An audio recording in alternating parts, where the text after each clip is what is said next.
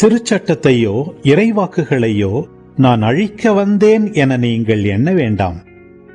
அவற்றை அழிப்பதற்கல்ல, நிறைவேற்றுவதற்கே வந்தேன். விண்ணும் மண்ணும் ஒழிந்து போகும் முன் திருச்சட்டம் யாவும் நிறைவேறும். அதன் ஒரு சிற்றெழுத்தோ ஒரு புள்ளியோ ஒழியாது என உறுதியாக உங்களுக்கு சொல்லுகிறேன்.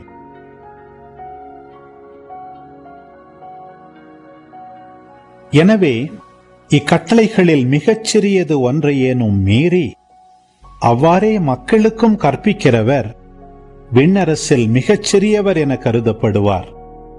இவை அனைத்தையும் கடைபிடித்து கற்பிக்கிறவரோ விண்ணரசில் பெரியவர் என கருதப்படுவார்.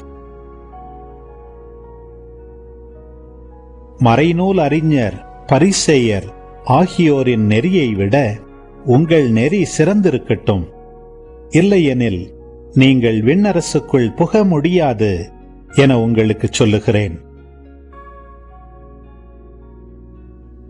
கொலை செய்யாதே, கொலை செய்கிறவர் எவரும் தண்டனை தீர்ப்புக்கு ஆளாவர் என்று முற்காலத்தவர்க்கு கூறப்பட்டிருப்பதை கேள்விப்பட்டிருக்கிறீர்கள். ஆனால் நான் உங்களுக்கு சொல்லுகிறேன், தம் சகோதரர் சகோதரிகளிடம் சினங்கொள்கிறவர் தண்டனை தீர்ப்புக்கு ஆளாவார். தம் சகோதரரையோ சகோதரியையோ முட்டாளே என்பவர் தலைமைச் சங்க தீர்ப்புக்கு ஆளாவார். அறிவிலியே என்பவர் எரிநரகத்துக்கு ஆளாவார்.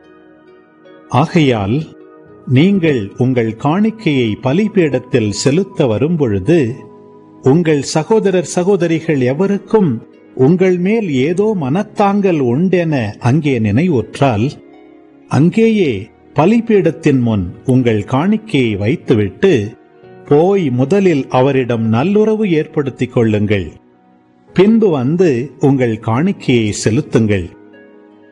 உங்கள் எதிரி உங்களை நீதிமன்றத்துக்கு கூட்டிச் செல்லும் போது வழியிலேயே அவருடன் விரைவாக உடன்பாடு செய்து கொள்ளுங்கள். இல்லையேல் உங்கள் எதிரி நடுவரிடம் உங்களை ஒப்படைப்பார். நடுவர் காவலரிடம் ஒப்படைக்க நீங்கள் சிறையில் அடைக்கப்படுவீர்கள். கடைசி காசு வரை திருப்பிச் செலுத்தாமல் அங்கிருந்து வெளியேற மாட்டீர்கள் என உறுதியாக உங்களுக்கு சொல்லுகிறேன்.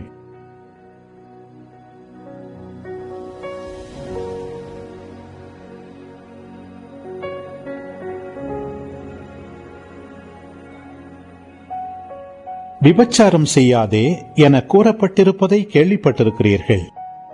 ஆனால் நான் உங்களுக்கு சொல்கிறேன், ஒரு பெண்ணை இச்சையுடன் நோக்கும் எவரும் தம் உள்ளத்தால் ஏற்கனவே அப்பெண்ணோடு விபச்சாரம் செய்தாயிற்று. உங்கள் வலக்கண் உங்களை பாவத்தில் விழச் செய்தால் அதை பிடுங்கி எறிந்து விடுங்கள். உங்கள் உடல் முழுவதும் நரகத்தில் எரியப்படுவதை விட உங்கள் உறுப்புகளில் ஒன்றை நீங்கள் இழப்பதே நல்லது. உங்கள் வலக்கை உங்களை பாவத்தில் விழச் செய்தால் அதையும் உங்களிடமிருந்து வெட்டி எறிந்து விடுங்கள். உங்கள் உடல் முழுவதும் நரகத்திற்கு செல்வதை விட உங்கள் உறுப்புகளில் ஒன்றை நீங்கள் இழப்பதே நல்லது. தன் மனைவியை விலக்கி விடுகிறவன் எவனும் மணவிலக்கு சான்றிதழை கொடுக்கட்டும் என கூறப்பட்டிருக்கிறது. ஆனால் நான் உங்களுக்கு சொல்கிறேன், எவரும் தம் மனைவியை பரத்தமைக்காக அன்றி வேறு எந்த காரணத்திற்காகவும் விலக்கிவிடக்கூடாது. அப்படி செய்வோர் எவரும் அவரை விபச்சாரத்தில் ஈடுபடச் செய்கின்றனர்.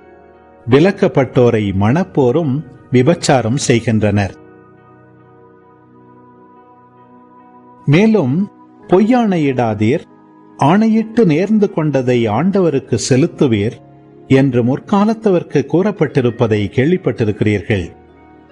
ஆனால் நான் உங்களுக்கு சொல்கிறேன், ஆணையிடவே வேண்டாம்.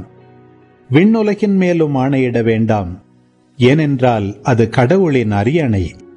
மண்ணுலகின் மேலும் வேண்டாம், ஏனெனில் அது அவரின் கால்மணை. எருசலேம் மேலும் வேண்டாம், ஏனெனில் அது பேரரசரின் நகரம். உங்கள் தலைமுடியின் மேலும் ஆணையிட வேண்டாம், ஏனெனில் உங்கள் தலைமுடி ஒன்றையேனும் வெள்ளையாக்கவோ கருப்பாக்கவோ உங்களால் இயலாது.